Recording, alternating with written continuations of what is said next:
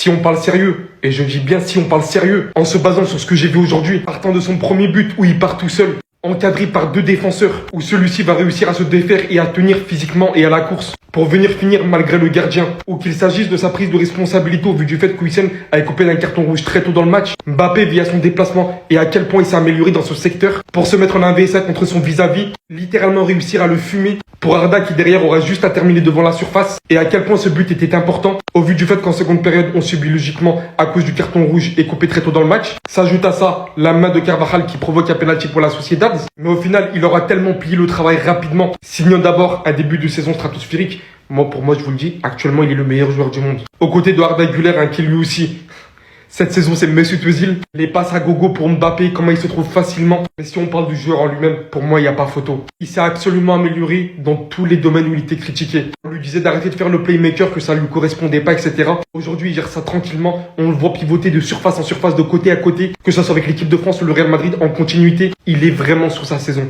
Je pense que là, c'est vraiment la bonne pour le Ballon d'Or. Perdez un peu! Juste un poquito!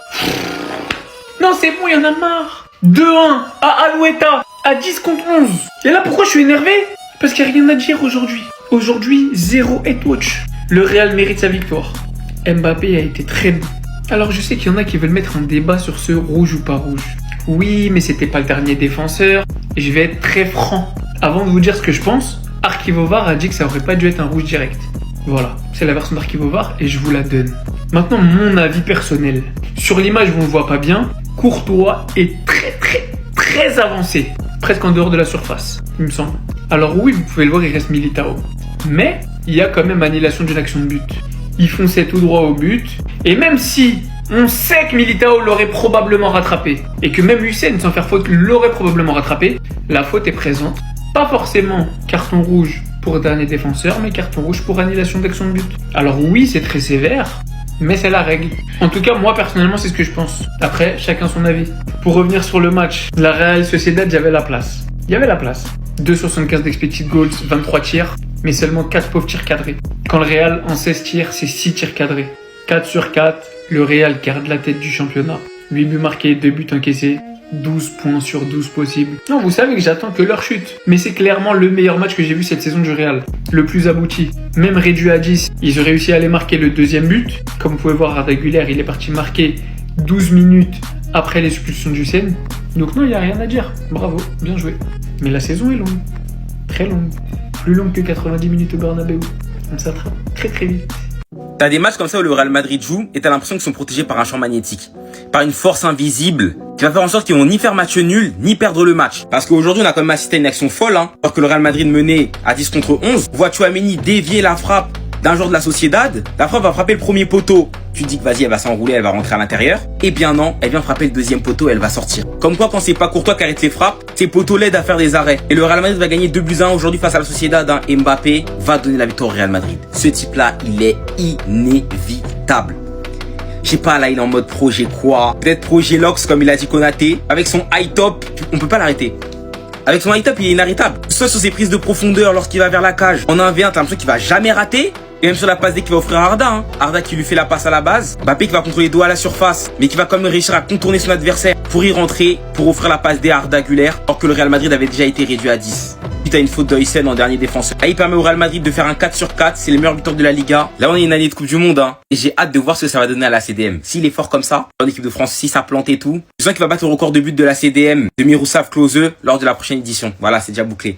Parti comme ça, il est parti pour battre tous les records là. Encore un match de patron d'Arda Güler. Aujourd'hui, encore une fois, il a montré toute sa palette technique. La connexion avec Kylian Mbappé, c'est de mieux en mieux. On l'a vu en Coupe du Monde des clubs et lance début de saison, ça se voit encore. En parlant de sa connexion avec Kylian Mbappé, il y a qu'à voir le but qu'il marque aujourd'hui. Kylian Mbappé, encore une fois, qui fait un travail monstrueux sur ce but-là. Lui aussi, de son côté, depuis le début de la saison, ça rigole pas. L'action du but part d'Arda Güler lui-même. Il est au début de l'action et à la finition. Au moment où il a le ballon dans les pieds, Kylian Mbappé lui lâche un appel. Et étant donné que les deux sont connectés depuis un moment, il voit l'appel de Kylian Mbappé, il lâche le ballon directement. Là, les deux défenseurs entre qui Kylian Mbappé se trouve sont déjà morts dans le film. Il récupère le ballon à l'extérieur de la surface. Il se retrouve en 1 contre 1. C'est le moment de montrer sa palette technique lui aussi. Et vu qu'il est injouable en ce début de saison, il a un ballon d'or à aller chercher. Il a une Ligue des Champions à remporter. Et ben, il a contourné le joueur facilement. Il contourne le joueur, passe décisive à qui? À Arda Güler qui se retrouve déjà dans la surface. Et le gars, il termine de la meilleure des manières. Il commence l'action et il part à la finition. Est-ce que vous avez vu la connexion, s'il vous plaît? Franchement, c'est trop fluide. Ça fait tellement plaisir de voir à quel point le gars il a repris confiance en lui à quelques mois. Depuis l'arrivée de Xabi Alonso au club, c'est plus le même. Et même Vinicius qui est entre eux là aujourd'hui, même si aujourd'hui, oui, on l'a pas énormément vu. Et le peu de fois où il a été sollicité, le gars, il a fait de belles choses. Pour revenir sur Kylian Mbappé, voici son début de saison. Voilà, avec l'équipe de France, c'est un but, une passe décisive lors du dernier match. Le match d'avant, il te marque un but. Et là, avec le Real Madrid, un but, une passe décisive. Le match n'est pas encore terminé.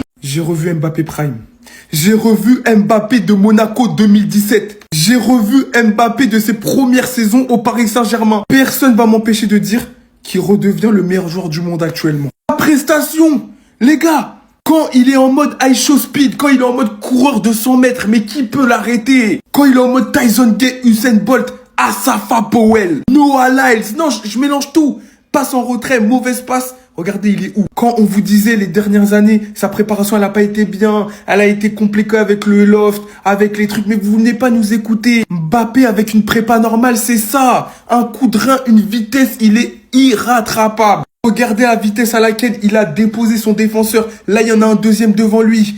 Boum! Il est temps de ressortir le classique de Snap. Tempête! Tempête! Une poussée de balle, ça lui a suffi à se mettre devant la cage pour ajuster le gardien dans son face-à-face. Il est froid. Il a de la Ben & Jerry, de la Gendas, tout ce que du Magnum dans les veines. En plus d'être efficace, il commence à retrouver son explosivité, sa rapidité. Il est injouable. On parlait de ce second but où encore une fois, il a mis complètement à l'amende son défenseur. Vous empêchez de dire que cette connexion, c'est pas Ronaldo Özil. Qui va nous l'empêcher en fait? C'est une dinguerie comment il se trouve les yeux fermés. La connexion technique, elle est tellement évidente. Arda Güler, buteur sur le deuxième but sur une passe de Mbappé. Tout ça pour vous dire que Mbappé est de retour à son prime, il est terrifiant. Le Real a joué pendant toute une mi-temps à 10 contre 11, voire plus qu'une mi-temps même. Qui a écopé d'un carton rouge pour la première fois qu'il défend mal depuis qu'il arrive au Real, je crois. Carton jaune, rouge, on peut discuter. Mais ils ont fait preuve de solidarité et menés par un grand Mbappé, un grand Arda Güler, ils ont réussi à s'imposer et le Real recommence un peu à faire peur. Parce que là, c'était fort. Mbappé, s'il te plaît, tu ne peux pas redevenir nul. Comme par hasard, Mbappé est en train d'hausser son niveau de jeu à quelques jours avant la réception de l'Olympique de Marseille. Le Real Madrid s'impose 2-1 face à la Real Sociedad.